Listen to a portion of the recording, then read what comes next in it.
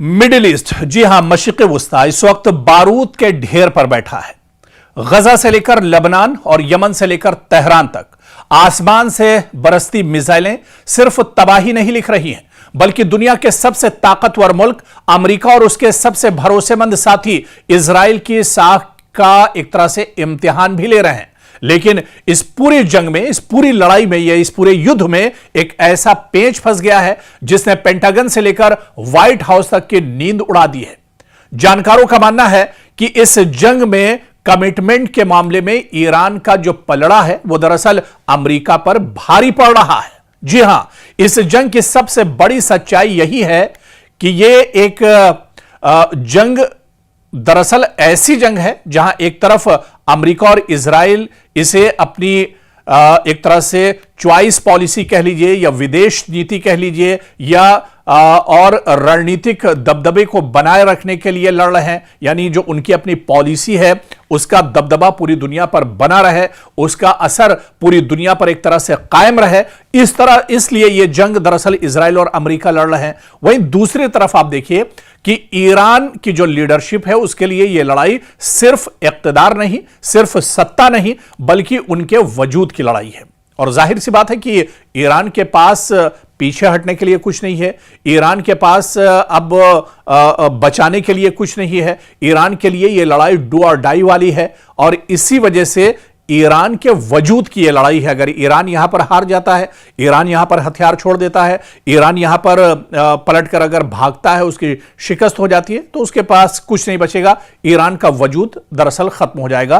तो दरअसल एक तरफ लड़ाई अपनी ताकत की, अपनी पावर दिखाने की है और दूसरी तरफ यह लड़ाई ईरान के वजूद की भी है। अब आप देखिए कि तेहरान के इक़्तिदार इस वक्त अपने जो उसका अस्तित्व है उसको बचाने के लिए करो या मरो की स्थिति में है। जब बात जान पर बनाती है तो पीछे हटने का रास्ता एक तरह से बंद हो जाता है और यही वजह है कि ईरान इस जंग में ज्यादा एक तरह से मजबूती के साथ पूरे अडिग होकर लड़ रहा है। अमेरिका के लिए यह जंग गले की फांस बनता जा रहा है। और तारीखी तौर पर अगर आप देखिए, जब भी कोई जंग लंबी खींचती है और उसमें अमेरिकी जनता का पैसा पानी की तरह बहता है तो व्हाइट हाउस पर जंग के पीछे हटने का दबाव भी बढ़ जाता है। इस बार भी कुछ ऐसा ही हो रहा है। जिस तरह से अमेरिका से खबरें आ रही हैं कि आप देखिए कि डेमोक्रेटिक पार्टी ही नहीं बल्कि खुद जो इक़्तिदार में यानी रिपब्लिकन पार्टी है अमेरिका में, उसके भीतर भी इस जंग के खिलाफ गंभीर एक तरह से आलोचना हो रही है और इस पर अब आवाज भी उठने लगी है। महंगाई का आप देखिए कि सिर्फ इस जंग की वजह से, जो मशरिक़ वुस्ता में अमेरिका ने जंग छेड़ रखी ईरान के साथ, इसकी वजह से महंगाई भी बढ़ रही है और इस जंग की वजह से ग्लोबल मार्केट में कच्चे तेल यानी क्रूड ऑयल की बात करें, कीमतें लगातार बढ़ रही हैं। अमेरिकी जो शहरी हैं, जो अमेरिकी लोग हैं, उन्हें डर है कि अगर तेल की कीमत $10 फी लीटर की अगर बढ़ती है, प्रति बैरल बढ़ती है, तो उनकी जेब पर भारी इसका असर पड़ेगा। लेकिन ईरान के साथ ऐसा कुछ नहीं है। ईरान की जो लीडरशिप है वो इस बात का फर्क नहीं पड़ता है कि कच्चे तेल की कीमत क्या है, क्योंकि वो जानते हैं कि अगर वो पीछे हटे तो उनका अंत एक तरह से होगा, उनका वजूद जो है वो एक तरह से खत्म हो जाएगा।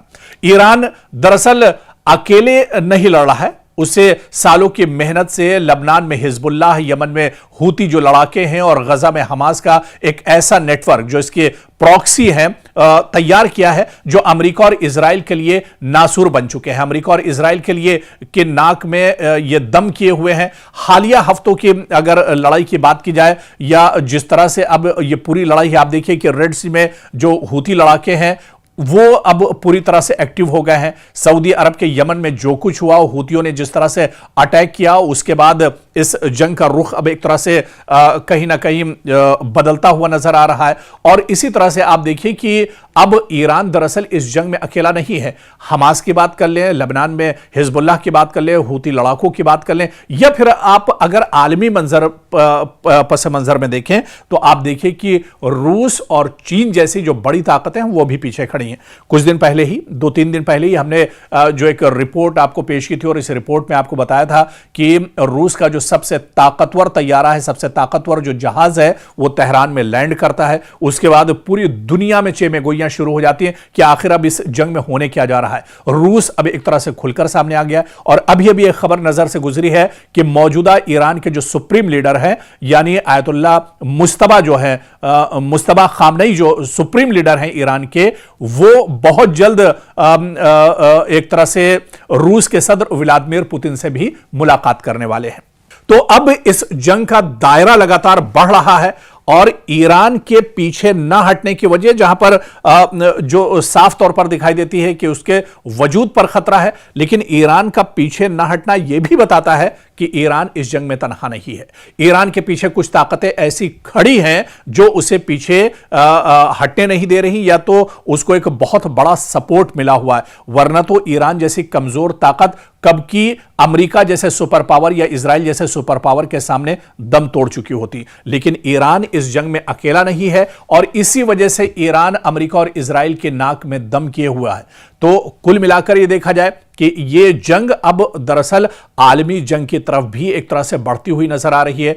और जिस तरह से आप देखिए कि फिर से अब हमले शुरू हुए हैं, वार पलटवार का दौर चल रहा है। एक तरफ ये अमेरिका लगातार तेहरान को निशाना बना रहा है, ईरान पर लगातार पिछले 8-9 दिनों से हमले हो रहे हैं, लेकिन उसके जवाब में अब ईरान भी पीछे नहीं है। ईरान लगातार हमले कर रहा है। कुछ रिपोर्ट में हमने आपको इससे पहले बताया कि किस तरह से चाहे कुवैत और दुबई की बात करें या फिर जॉर्डन की बात करें, यहां पर लगातार हमला करके अब अमेरिका के जो सैनिक हैं, अमेरिका के जो फौजी हैं, उन्हें भी ईरान निशाना बना रहा है और उन्हें भी मौत के घाट उतार रहा है।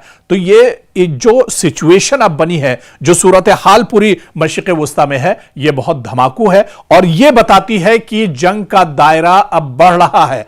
अब दरअसल ईरान ने भी साफ कर दिया है कि अमेरिका से कोई बातचीत नहीं होगी। डोनाल्ड ट्रंप भी यही कह चुके हैं, हालांकि बहुत दबी जबान उन्होंने कहा है, क्योंकि डोनाल्ड ट्रंप तो पहले भी चाहते थे कि कोई बीच का रास्ता निकल आए, मेज पर आ जाए, बातचीत हो और उसके बाद यह जंग एक तरह से टल जाए। लेकिन एक बार फिर से ही ईरान अमेरिका ही दरअसल अमेरिका ने ही पलटवार किया। अबनाए हुर्मुज को लेकर अमेरिका चाहता है कि अबनाए हुर्मुज पर उसका कब्जा हो जाए और उसकी जो पूरी ताकत है वो अबनाए हुर्मुज में एक तरह से अपनी ताकत का वो इस्तेमाल करे। और यह चीज दरअसल ईरान को पसंद नहीं है, क्योंकि अबनाए हुर्मुज ईरान का हिस्सा है। ईरान उस पर एक तरह से पूरे तौर से कब्जा किए हुआ है, लेकिन उस पर ईरान का कब्जा खत्म करके अमेरिका दरअसल कब्जा करना चाहता है। और यहीं से एक बार फिर से बात बिगड़ गई और अमेरिका ने दोबारा से हमले ईरान पर शुरू कर दिए। लेकिन दोबारा से जो अब यह लड़ाई शुरू हुई है, इसका दायरा अब बहुत वसी होता जा रहा है।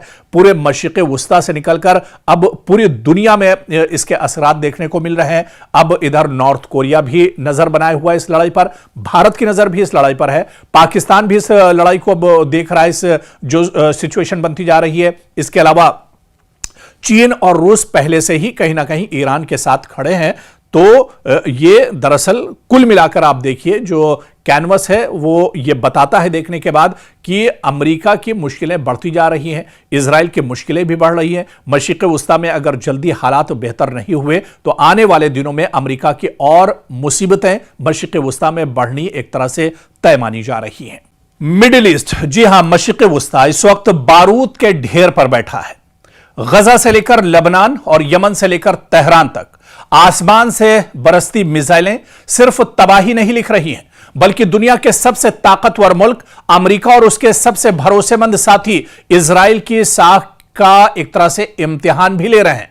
लेकिन इस पूरी जंग में, इस पूरी लड़ाई में या इस पूरे युद्ध में एक ऐसा पेंच फंस गया है जिसने पेंटागन से लेकर व्हाइट हाउस तक की नींद उड़ा दी है। जानकारों का मानना है कि इस जंग में कमिटमेंट के मामले में ईरान का जो पलड़ा है वो दरअसल अमेरिका पर भारी पड़ रहा है।